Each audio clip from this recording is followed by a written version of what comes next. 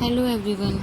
आज का हमारा टॉपिक है डायरेक्टर स्फीयर। इससे पहले भी हम इस सेंट्रल कॉनिकॉइड के बारे में पढ़ चुके हैं, तो इसको पढ़ने से पहले प्रीवियस वीडियोस एक बार चेकआउट कर लेना। आज का हमारा टॉपिक है डायरेक्टर स्फीयर। तो सबसे पहले हम समझते हैं कि डायरेक्टर स्फीयर होता क्या है। इसकी डेफिनेशन है that the locus of a intersection of three mutually perpendicular tangent plane of a conicoid is called director sphere। यानी लोकस ऑफ इंटरसेक्शन यानी ऐसा लोकस जहाँ पे हमारा three mutually perpendicular tangent plane intersect कर रहे हो, उस लोकस को हम बोलते हैं डायरेक्टर स्फीयर। क्लियर है डेफिनेशन सबको?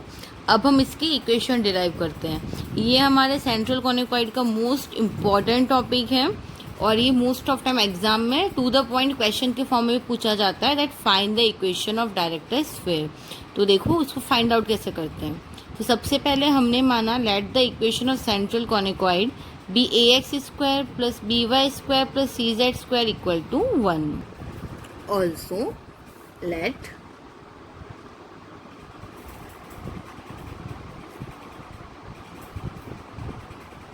द इक्वेशन ऑफ, मैंने बोला three mutually perpendicular tangent plane intersect करते हैं, तो हमने माना, मैंने बोला था कि तीन mutually perpendicular tangent plane intersect करते हैं, तो मैंने माना that let the equation of tangent plane to the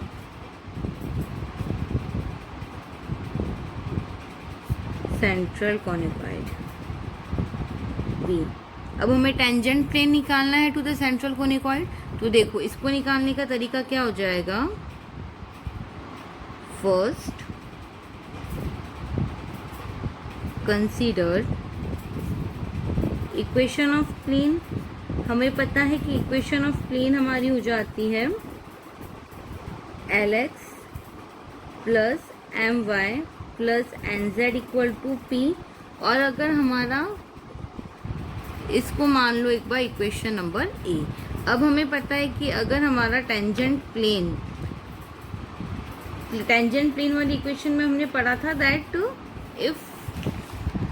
if our tangent plane touches the conicoid, then हम लोगों ने ये रिलेशन पढ़ चुके हैं that P square equal to L square upon A plus M square upon B plus N square upon C. ये वाला relation हम ऑलरेडी पढ़ चुके हैं।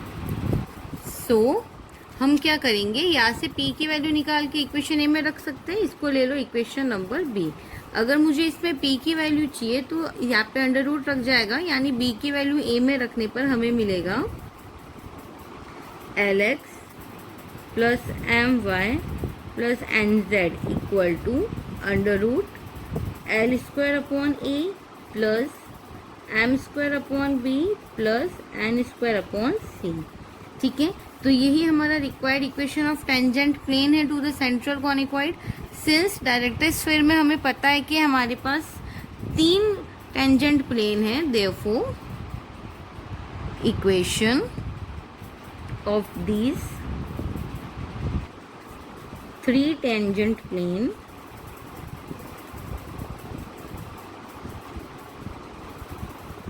विल बी, तीन है तो हमारे पास क्या हो जाएगा L1 M1 N1 और L2 M2 N2 और L3 M3 और N3, यानी हमारे पास तीन टेंजेंट प्लेन है। तो ये जो हमारे डायरेक्शन कोसाइंस है ये भी 1 2 3 पार्ट्स में हम इसको डिनोट कर सकते हैं। तो हमारी इक्वेशंस हो जाएगी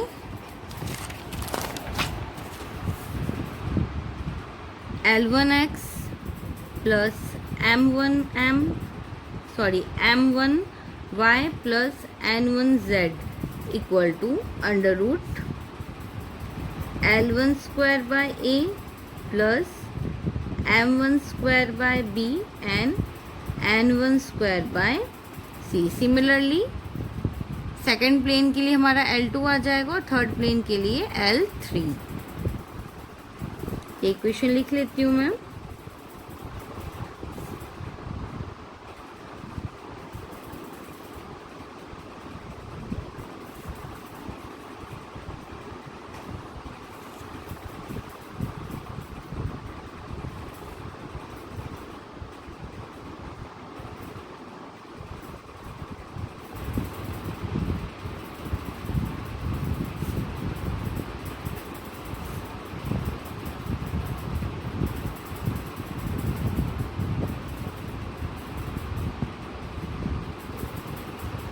इसको दे दो equation number 2, 3 and 4।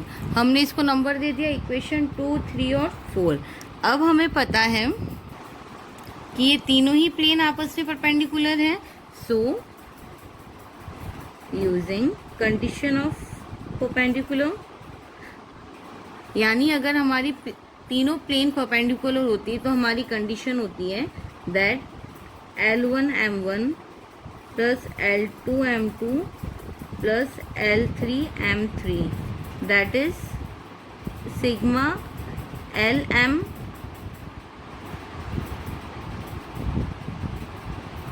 Equal to हमारा होता है 0, है ना। ऐसे ही हमारा सिग्मा L1M1, सिग्मा M1N1 और सिग्मा N1L1 ये सारे ही हमारे हो जाते हैं 0 and L1 plus L2 plus L3 यानी सिग्मा L1 हमारा हो जाता है 1। ऐसे ही सिमिलरली सिग्मा M1 और सिग्मा N1 स्क्वायर लगेगा यहाँ पे, that L1 square, L2 square और L3 स्क्वायर, यहाँ पे भी स्क्वायर लग जाएगा। ये हमारा होता है 1। तो ये दोनों ही कंडीशन हमें ध्यान रहनी चाहिए कि अगर हमारे प्लेन परपेंडिकुलर है then sigma L1M1 equal to sigma M1N1 equal to sigma N1L1 equal to 0 हो जाएगा और sigma L1 square plus sigma M1 square plus sigma N1 square हमारा 1 हो जाएगा। अब हम क्या करेंगे, जो हमने इक्वेशन 2, 3 एंड 4 निकाली थी इसमें हम इसका हम स्क्वायर करके ऐड करेंगे, यानी equation number 2nd, 3rd, 4th तीनों का ही स्क्वायर करके ऐड करने पर on squaring equation number 2, 3, 4 and adding. तो इनको स्क्वायर करके ऐड करने पर ये हमारा हो जाएगा L1x plus M1y plus N1z square plus L2x plus M2y plus N2z square plus L3x plus M3y plus N3z square, ये हमारा इक्वल टू आ जाएगा।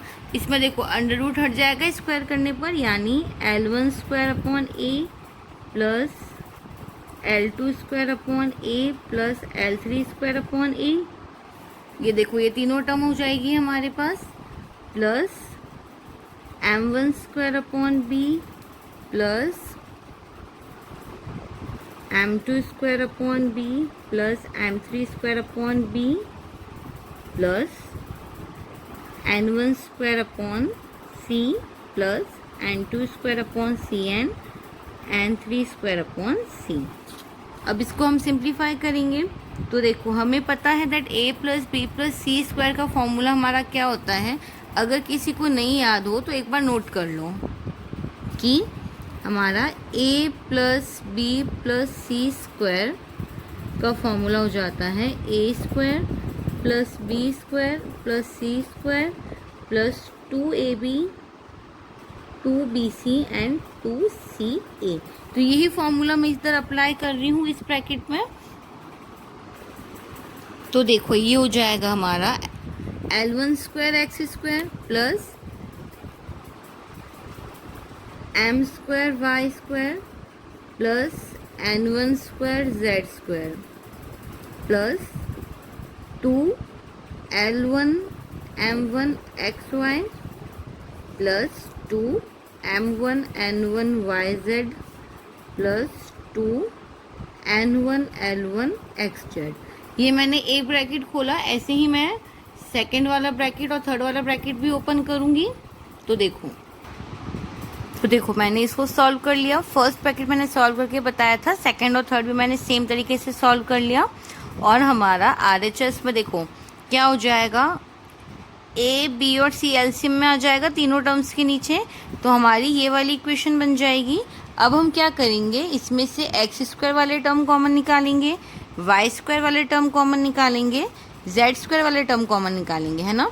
उसके बाद एक्स वाई, वाई जेड और जेड एक्स, ये सारे ही टर्म हम कॉमन निकाल देंगे। तो हमारे पास देखो क्या इक्वेशन बनेगी।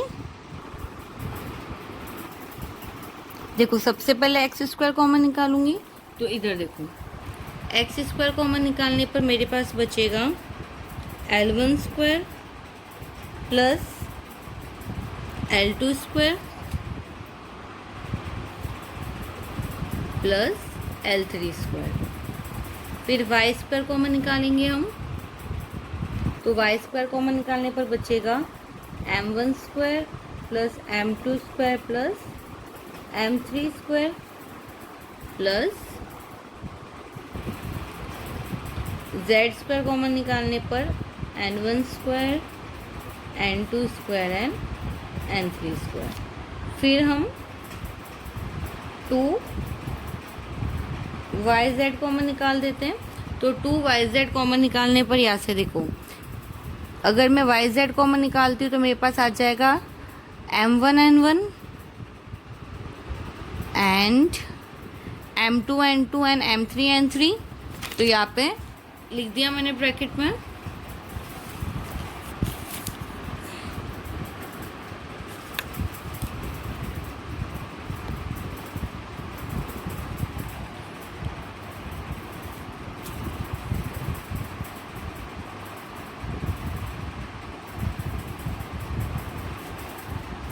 फिर हम ZX कॉमन निकाल देते हैं, तो हमारे पास बचेगा N1L1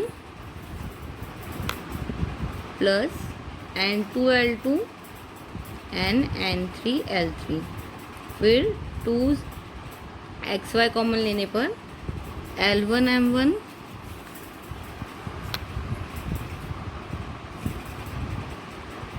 L2M2 एंड L3M3 और इक्वल टू में हमारा हो जाएगा sigma L1 upon A, sigma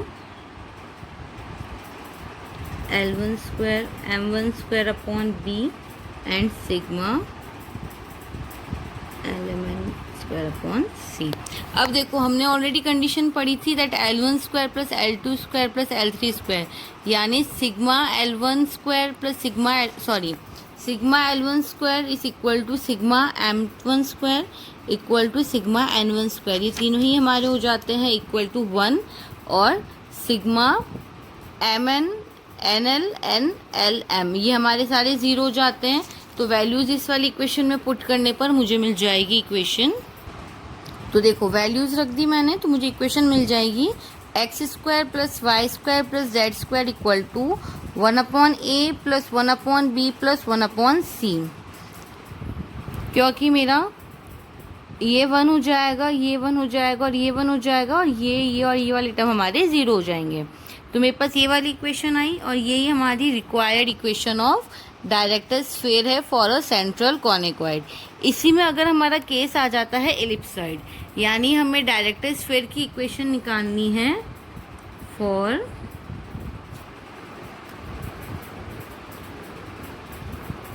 case of ellipsoid.